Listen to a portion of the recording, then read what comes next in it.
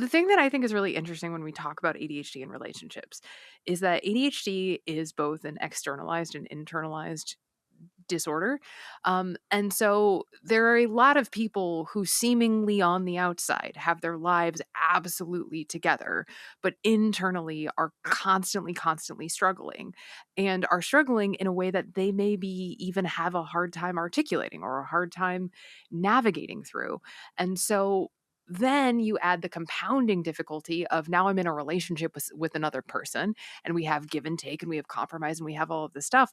But it can be really difficult to even have the conversation about how does ADHD impact a relationship, because ADHD impacts every person with ADHD differently.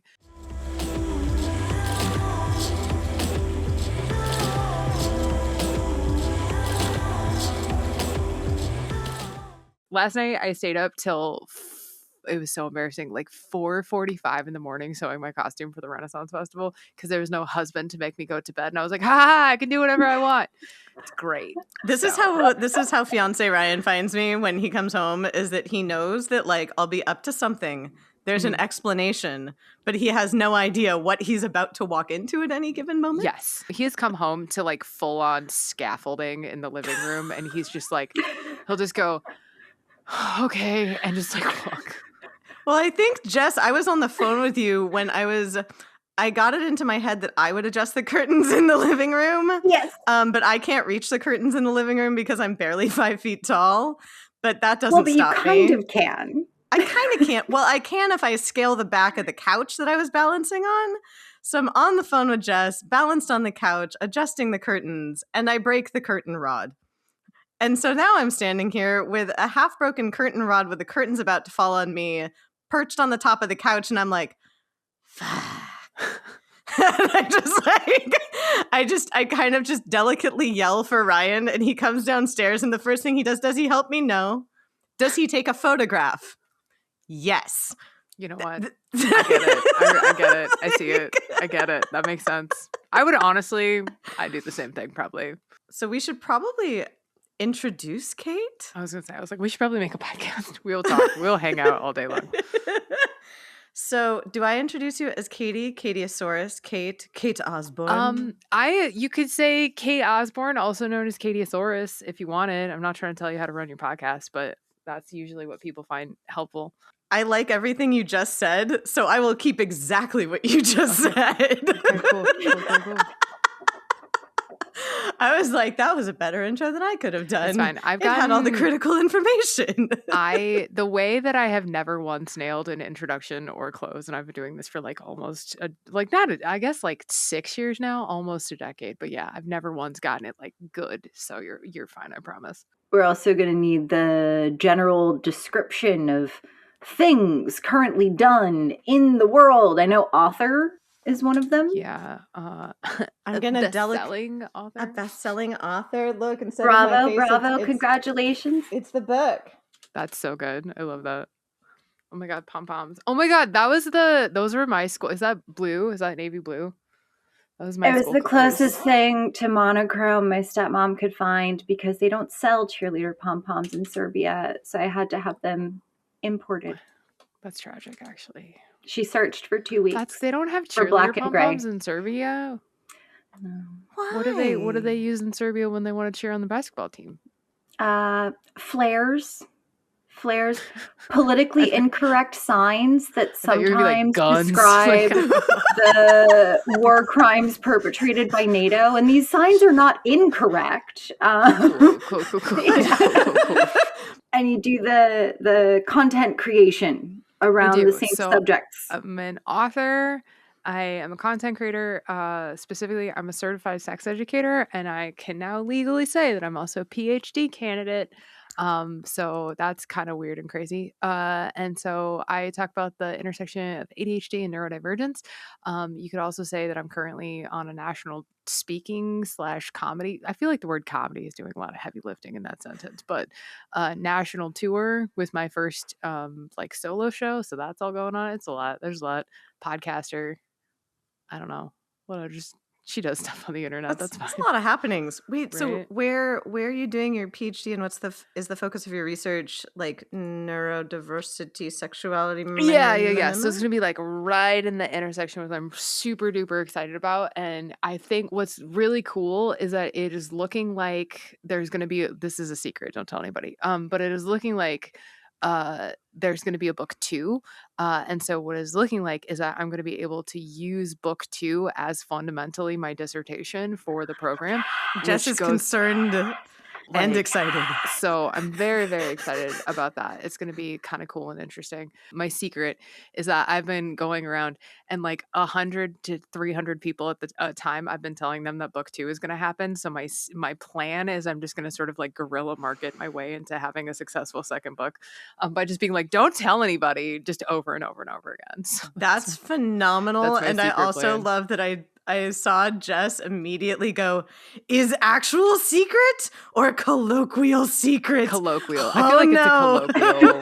I feel like it's a colloquial secret. Colloquial. Oh my God. Hold on. Okay, so I keep a list of things that would be good band names, and I need to put colloquial secret on the 2026 list. The array underneath rebellious olives. Excellent. That's a good secret visual. in the rebellious olives. I mean, I've got a ukulele handy. That's the only thing for this situation.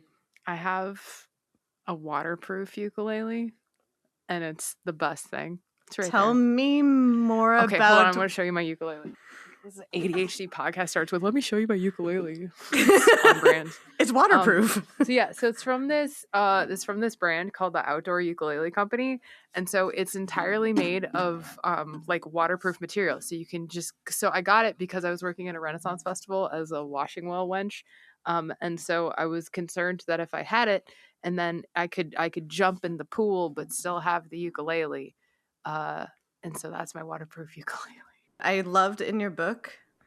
I was just like, I just looked at your book and was just like, I love that you like balance between being like disorder, dysfunction, deficit, superpower, like all of the like ways that we could describe it. And I was just like, it does depend on perspective, but I was thinking about how ADHD specifically looks so different from the outside than how it feels on the inside so often. And I like that, like, especially in like the relationship section, you captured that thing. I'm making this gesture for whatever that thing is of like the internal experience as opposed to external perception. That's a hyperactive version of the claw machines. It's also when I went to college, it was also a batten, like a lighting batten. Anyway, we should actual real answer. I get so distracted immediately. I was like, yes, shiny clickies. A relevant story. Here's a professional podcast answer for you. Yeah, I mean, the thing that I think is really interesting when we talk about ADHD and relationships is that ADHD is both an externalized and internalized disorder. And so there are a lot of people who seemingly on the outside have their lives absolutely together, but internally are constantly struggling and are struggling in a way that they maybe even have a hard time articulating or a hard time navigating through. And so then you add the compounding difficulty of now I'm in a relationship with another person and we have give and take and we have compromise and we have all of this stuff. But it can be really difficult to even have the conversation about how does ADHD impact a relationship because ADHD impacts every person with ADHD differently. Some of us are amazing at being on time. Some of us are amazing at communication. Some of us are absolutely terrible at it. And so in writing the book, something that was really, really important to me was that I really wanted to offer as many perspectives as possible and approach the book with the sense of not every section is going to be relatable to every single person. Not every discussion is going to be relevant for every single person. But including it felt important because when it comes to relationships, even if you aren't the person struggling, your partner might be the person struggling. And so yeah, I don't know. I feel like there's a million different ways to talk about ADHD. There's a million different ways to approach ADHD. But at the end of the day, whatever the approach, it has to be wildly and specifically individualized for every person who is coming to the conversation, if that makes any sense at all. It absolutely does. And I've the most recent weird factor in my life, there's the way my brain is wired factors. There's the homeschooling. There's the significant career as a publicly sexualized persona. But the most recent one, I moved to Serbia 4 years ago, and it's not that nobody in this country believes in ADHD or autism. It's that mostly they don't. And if they do, they're still in the that hardly ever happens to girls. And also, you're not a complete obvious, you're looking me in the eye right now. You're obviously fine. Yeah. So I personally, in this context, have found that the fact that I don't bring up the particular keyword because it's meaningless here forces all of us into a position where we just have to deal with me specifically. Yeah. Right? So I have this thing where if there's 3 different kinds of noises from 3 different directions, my brain cannot understand words as words in either language. Yep. So we can vibe or we can go somewhere else to talk. Yeah. Yeah, no, I mean, it's that has been a really interesting, especially because the book is being translated into different languages, and is, being sold in different countries around the world. And yeah, the sort of international breakdown of attitudes around ADHD is a really fascinating conversation in and of itself. Because I think that we have a real privilege in the US in terms of the fact that, we are studying it, and we are there is an awareness of how things like disability rights and disability access is important for, the neurodivergent community. But in some other countries, kind of like you just named, Jess, there really are, there's still a lot of very stigmatized beliefs and a lack of understanding. And I don't think it comes from a bad place or, like a place of ill will. I think it just comes from the place that the way that other cultures approach things like behavior and politeness and getting along with each other, all of those things are very much couched in how ADHD shows up. And so it's really interesting kind of studying how other countries talk about and treat and discuss ADHD, because a lot of it has to do with cultural differences more than anything else. And I think that's just really cool. Well, I found that my time blindness didn't matter that much in other contexts. And by the way, when you were talking about it in context of relationship and being able to communicate with someone about your needs and things like that, my fiance does not have ADHD. He has been touched by the tism. And so we are the classic combo. And so he had to go to the soundstage today, and he usually is the one who actually helps me with mornings, because I am just not smart for the first 2 hours of the day, no matter what I do. I'm awake. Big same. But I'm just kind of And so he was worried because he's like, oh my God, I have to be on the soundstage, but you have to be in your studio at 11, which is approximately 2 hours after you naturally wake up. And I was just like, I'm going to aim for 10:30. And he was just like, how can I help you with that from afar? Because every intervention I can think of, it would be on your phone. And then you'd pick up your phone. Yep. And we all know what happens if you do that. And so what we agreed on was okay, I'm gonna text you when I wake up, so that way I have a point of contact. And I was just like, and then I'm gonna text you when I get into my studio spot. It's the back house of our house. I was just like, so that way you'll know that I made it. But last night he made me overnight oats. I had my cold brew. I picked out my outfit because I was just like, okay, so reading Cate's book. Cate's really good with time. Oh, and I also tested my audio yesterday when I was in here working on music. Nice. I was like, I'm going to set everything up, because last time when it was just me and Jess podcasting, for some reason my gear was like, you must reset everything. For what reason? Hate it when that no happens. one knows. Oh, that's the worst.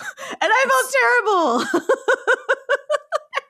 also feel like it just knows. Like, I feel like it just knows. Like, whenever It you're just trying to knows. like actually get something done, or like you're like the one day that you're like running a little bit late, that's the day that like your printer won't ever print. Like, Yeah. it's just like that's a fact of the ADHD universe. My partner, before he left to like eat food and watch the air sports ball, he was like, "So how long is the podcast going to take?" And I'm like, "Well, that depends on a lot of factors." And he's like, "What?" And I'm like, "Well, am I going to have the PMS poops? Is someone else going to have the PMS poops? Are we going to start on time?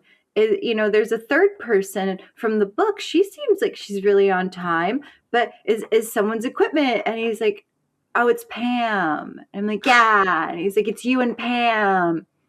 I can just, turn all the lights off. I'll see you in like 7 okay. eons. Right. See Yeah. you tomorrow. Bye. And like when I'm amongst my people, or even when I was weirdly when I was in Iceland, the very first time I went to interview people at Iceland Airwaves for my podcast, where actually I met Jess from Why Not Both, where I was interviewing multi-passionate humans. But I forgot a very important cable that connected, in fact, my microphone to my computer. Oh no. And I was in like, how do I communicate with people in Icelandic about a USB that has a little mini USB at the end? Like, what? And so that is how I met a fellow musician there that I'm still friends with, because I was like, oh my God, what do I do? And I was supposed to interview him later. So I was like, okay, like I know he DJs at this bar. Let me go to this bar. So I go to this random bar and I'm just like, hello, person that I've never met. Can you help me connect my microphone to my computer so I can conduct my other interviews? And he's like, when? And I was like, kind of now, because I'm supposed to be interviewing like the director of music at Harpa currently. Like, that goes hard, actually. I'm like, like, no big deal. Yeah, I was just like, no pressure, it's fine. And he was just like, let me look through my cable bag. And he like finds something, and I was like, oh my God, I'll give it back to you right after. He's like, it's cool. And like I show up at Harpa, and like this guy that I was like, oh my God, I'm so sorry I'm late. He's like, do you want to walk around? Do you want to see like the and I was like, yeah. So like everyone was just real cool with things just sort of happening. Yeah. And I was like, oh, this is good. This is nice. This is relaxing for Pam. I've heard that a lot, actually. Like, I've heard a lot of ADHDers who leave kind of like American corporate capitalism culture and they find themselves in other places. I have heard, again, like colloquially, like, anecdotal evidence that a lot of them do tend to do a lot better because there's not the same sort of like pressure on like always doing, always making, always working in other places. And I don't know, I think about that a lot. I think about that 100% of every day. And I'm like, what would happen if I did that? What would happen? I don't know. I think about that a lot. I'm like, maybe I don't need to do all this all the time. Then when you add like the cultural exception that artists, people who work in creative fit, like they just sort of expect you to be kind of chaotic and goblin-y and, and so it has led me to a perspective of the way the disability justice movement talks about disability being sort of a conversation between the needs of the person and what society is set up for. Yeah. Oh, like the and societal like, norms totally. and mores? You put me in a different society and I'm way less of a constant, friction all over the place. Yeah. My brain, of course, leaped from context to context of like cultural norms to then then my brain went smaller where I'm like family norms. Then I was like, oh, like dyadic norms. And so I was like, oh, even the norms of how we communicate within like pair bonds. Welcome to my brain. And so I was thinking about like in the book, like you were describing the different like sensory needs that one could have in like a more sexual or intimate context. And I was thinking about how within like the dyads I've had, or even within my friend groups, it's really normalized to talk about those things, both in a sexual and non-sexual context, and how it's really difficult for me to think about like that other people don't talk about that. And then I'm like, that noise. Yeah, that's one of the like the hardest things about writing a book for like a broad community, right? Because I cannot imagine being friends with people who like would insist on going to like Buffalo Wild Wings, like the most, where there's like 47 TVs on the wall and they're all playing something different at top volume, and then there's like me, like, you know what I mean? I cannot imagine that, because like I have really cultivated partnerships and friendships and relationships that are full of supportive, understanding, people who get like we all have different sensory needs. But then also, I read every message I get. I read every email that I get.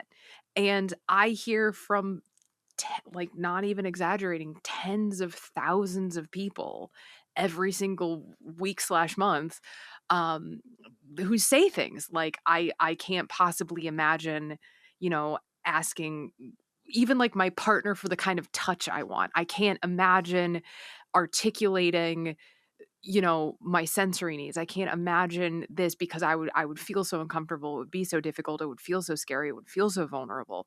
And so then the question kind of becomes like, how do you write a book for both of those people? How do you write a book that encapsulates, like, of course you are able to do this, but of course you are also not able to do this. And I never want it to seem judgy. I never want it to seem like I am commenting on someone who struggles with that, because I was one of those people. I was one of those people who struggled for years and years and years. I was a person who struggled. And then slowly over time, like, I kind of found my voice and I found the tools and the skills that I needed to begin articulating better. And so it's like I've been in both worlds, and so that's kind of what I wanted to bring was the sort of, we have in the book. I know you guys read it, but for people who might have not, there's a character in the book that is called the Tough Love Pterodactyl, whose name is canonically Pateri, the Tough Love Pterodactyl. And so we kind of created Terry as the sort of conduit by which sometimes the tough love comes out, because I was uncomfortable being like, no, but it's really important that you learn how to ask, like, no, but this is like vital to your relationship happiness, and no, if you actually want to be in fulfilling relationships, you have to learn how to use your words, because I don't know, I don't want to sound judgy about it, but Terry sure is, so it's fine. But I am Terry. I have a bit of the tism, and I'm a quarter Serbian ethnically, and I live in Serbia, and I was homeschooled. So I'm constantly Terry, sometimes when it's not helpful. And the use your words, yes, and words don't have to literally be words, and they definitely don't have to literally be words coming out of your mouth. Exactly. That you gotta communicate it effectively, but literally, if you can do that in an interpretive dance, go for it. Yeah. Whatever the thing is that is accessible. Yeah, that is genuinely one of my favorite things to talk about, is communicating about communication. I think is one of my favorite sort of topics. And it's also, it's funny, I do a lot of like live classes and workshops and that kind of stuff, especially in like kink and BDSM contexts.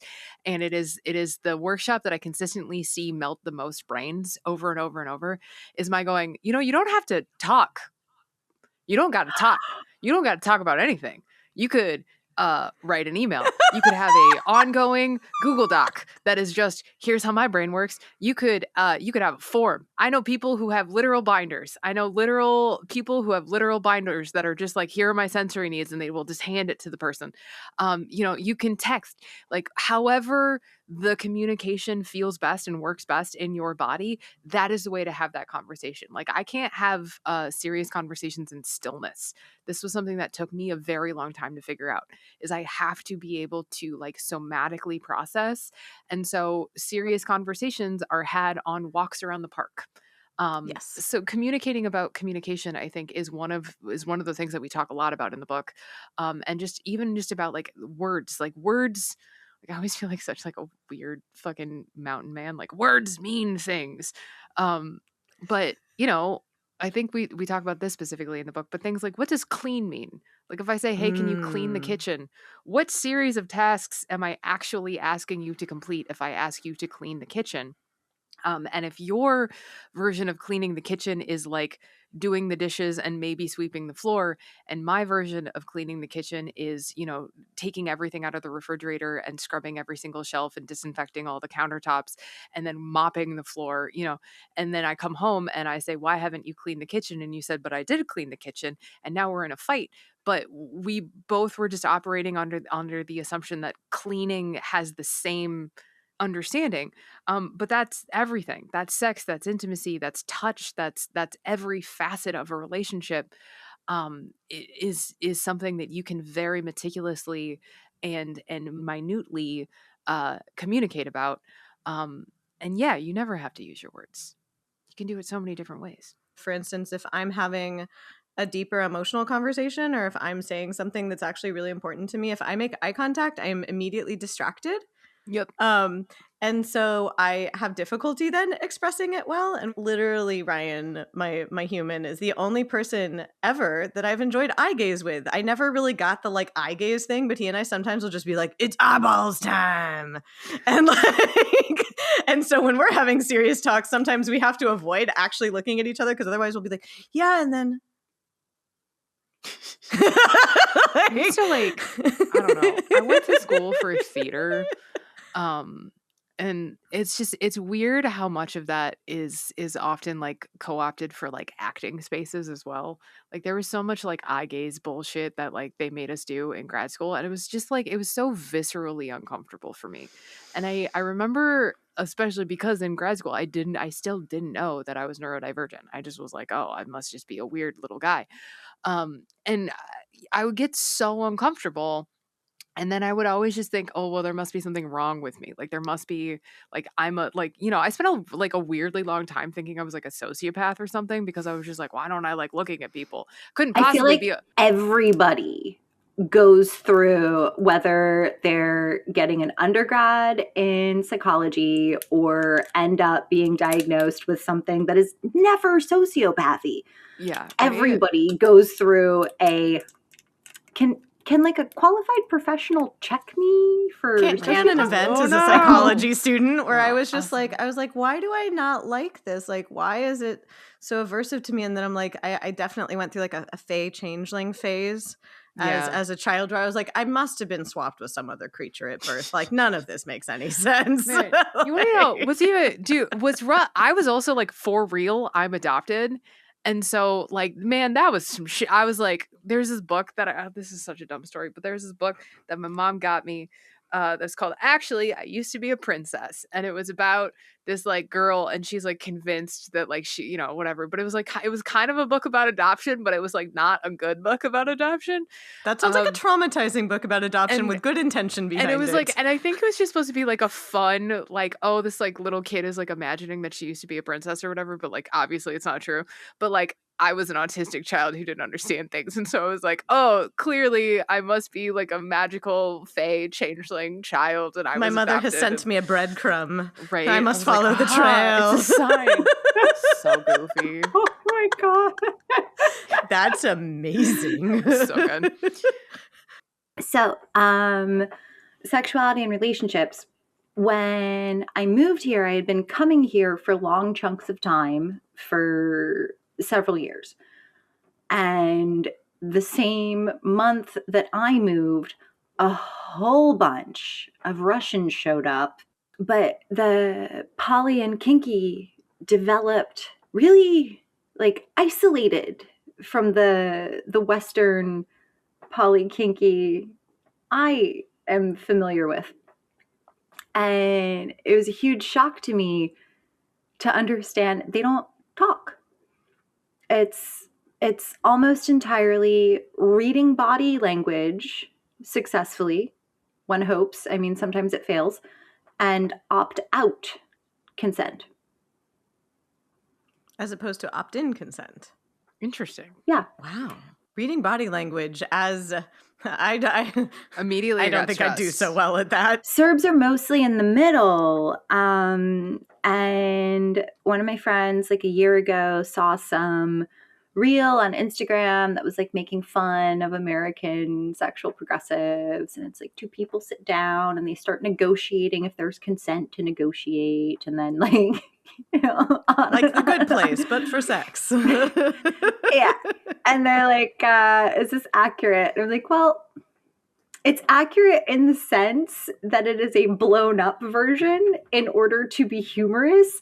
But yeah, no, like the New York queer kinky poly, they discuss everything ahead of time. And I don't know, the Russian method does kind of terrify me, because what if a person does not signal in standard body language and facial expression? And what if a person has, significant difficulty interpreting? But then it started me thinking, a lot of the time we use words in these American English language negotiations. Like, I like hard impact. Great.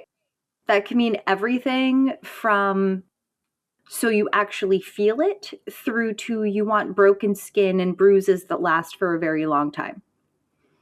And then what about the, weaponization of, well, they seemed like they were having a good time, but then the language can also be weaponized in the sense of, well, I didn't hear them say no, or I coerced them into giving verbal consent. I got them to say the magic phrase. Right? That sounds like extraordinarily confusing, because Yeah. we'd be like, I saw the thing, but did I see the thing? Did I imagine did I make a story about the thing? What is the thing? And then it's like, time passed.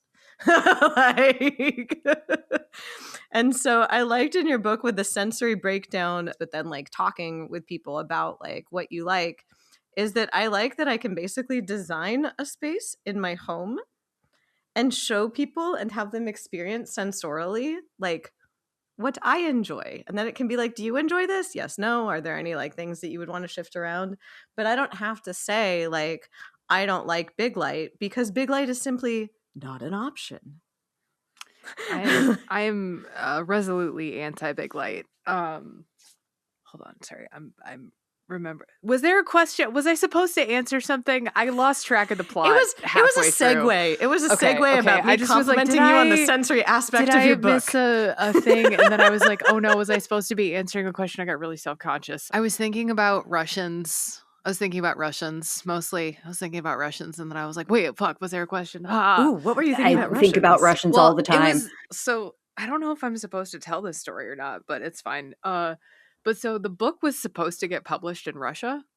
We were in conversations about having the book published in Russia because, again, like Russia is another place where there's not a lot of education around ADHD. And so we were approached. But the problem was that because of like the political climate in Russia, in order to be able to publish the book, they were going to make us take out the section around like LGBTQ stuff. They were going to make us take out the section around like trans and non-binary folks. There was going to have to be like a lot of changes, like oversaw and supervised by the Russian government. And so we kind of were like, nah, we're not gonna, no. But I did, because we were really on the fence. We were really on the fence about it because I don't know, there was like part of it was like, okay, well, if we do that, then like, are we like supporting the Russian government? But I also think it's important to be able to like give people access to education when they don't have it other places. And so I thought it would be the most punk rock fucking thing in the whole world to smuggle in resources for like trans and non-binary people under the guise of a book about ADHD. But then we immediately got caught, and so they were like, you have to take that part out. So we opted to not publish in Russia. I have a middle option. If it's too duct tape or not profitable for you, please, you will not hurt my feelings. With the people who translated and published my book in Russian, which is entirely about sex. It's just, Nice. it's all about sex. And Nice. some of it's queer sex, and some of it's BDSM sex, and a lot of it's commercial sex. I think like it's because we did publish through Simon and Schuster. There's a lot of like legality and stuff that like we have to go through, but I do really appreciate it. That goes really hard. But yeah, it was really funny. I was like, I never thought like we were actually like in the middle of like facing down like the fact that like we might have published a banned book, you know, because like there's places where like they really don't want stuff around like trans and like just like LGBTQ as like a whole in like libraries, like school libraries and that kind of thing. And so it's like I might be the author of a banned book, which I think is kind of fun. Which is extremely badass. Right? I was like, I'm gonna make that my whole personality for a couple weeks. Like that's fine. That should be part of your intro for the rest of your career. Hi, I'm an author of a potentially banned book. I'm best-selling banned book author. I feel like I would say banned book before best-selling. I feel like that's like even more impressive. Like, it really is. Banned. There's a whole tarot deck that I gave to a friend of mine that's the banned book tarot deck. Oh, that's like, cool. Yeah. I saw it and I was like, oh, this is deeply exciting. Like, nice.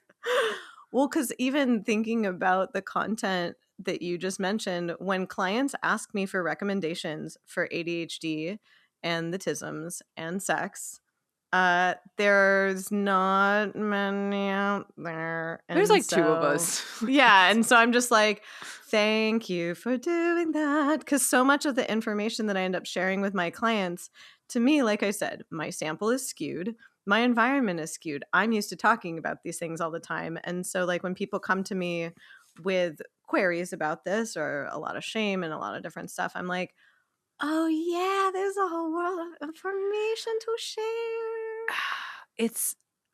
I get like so that's like one of the things that I genuinely struggle with the most is that I've gotten so spoiled by being in my bubble where I can just talk about, you know, kink and BDSM and sex and whatever like freely. I did something very interesting, which is that I joined a bunch of local community Facebook groups, like where like all the boomers hang out. And it is like, and it's honestly, it is a really interesting exercise. It is a really interesting exercise because people will go on there and they will ask, you know, every so often you get like a question about ADHD or whatever. And the attitudes and the opinions and the way that people talk about neurodivergence and autistic kids or kids with ADHD or whatever, it is a constant reminder that for as much as sometimes I feel like I am just constantly repeating myself, like I feel like I just make the same video every single day, like Groundhog Day style. But the attitudes, the beliefs that we hold, even in our like fairly open-minded, you know, American culture, they are very damaging. They are very damaging and they are very hurtful. And there is a lot of stigma and there is a lot of judgment around stuff that just people so very clearly just do not understand, nor have they ever taken the time to get curious about. And so, yeah, so I don't know, like it's really validating and it's really interesting to see, I don't know, to have that kind of like glimpse into like what like outside of my bubble kind of believes about these things. Because yeah, there's some wild shit. Can I do a little bit of validating from the other direction? Oh, sure, please.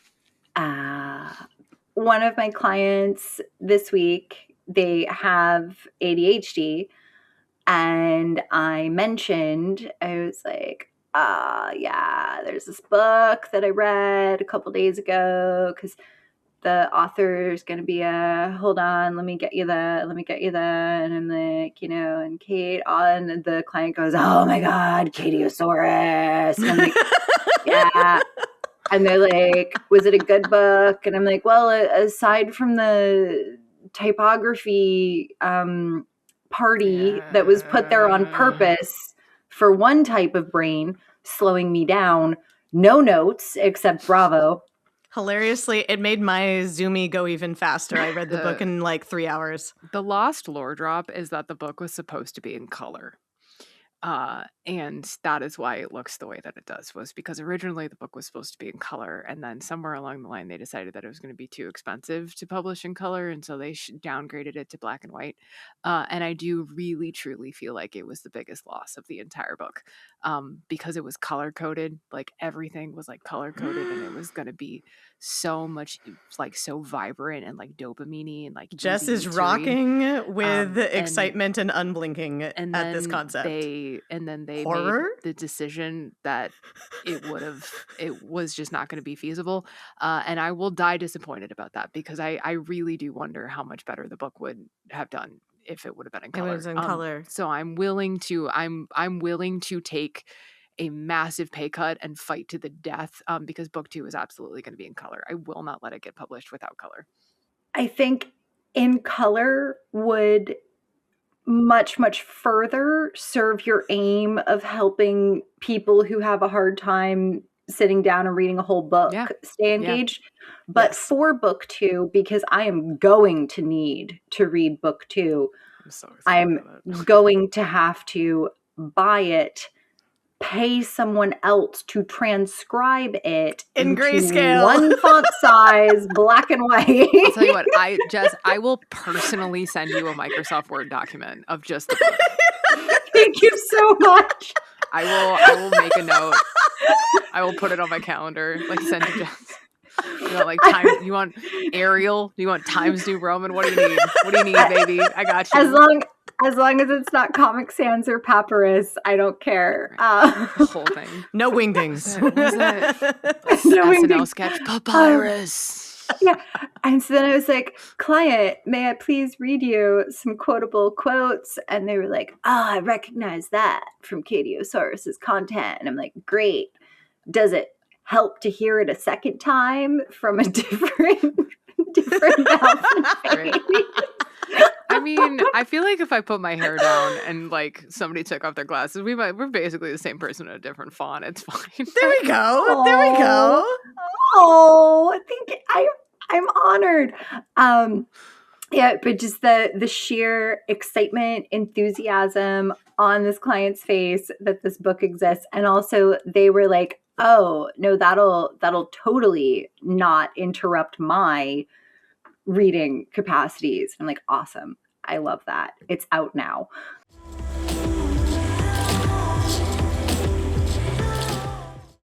Thank you so much for listening to this episode of Neuroprovocateurs. Please join us on Substack, where you can find exclusive clips, resources, and community of the neurospicy variety. We are an independent podcast, so know that your support on Substack and beyond means the world to us, quite literally. If you enjoyed this episode, please make sure to leave us 5 stars and glowing reviews, and follow our podcast on your preferred podcast platform so that you can be sure to get each episode the moment it drops, and know that your reviews help us get in front of other people who might also want to listen to this podcast. We are on social media in all of the usual places as Neuroprovocateurs. Thank you again, and excited to see you for our next episode.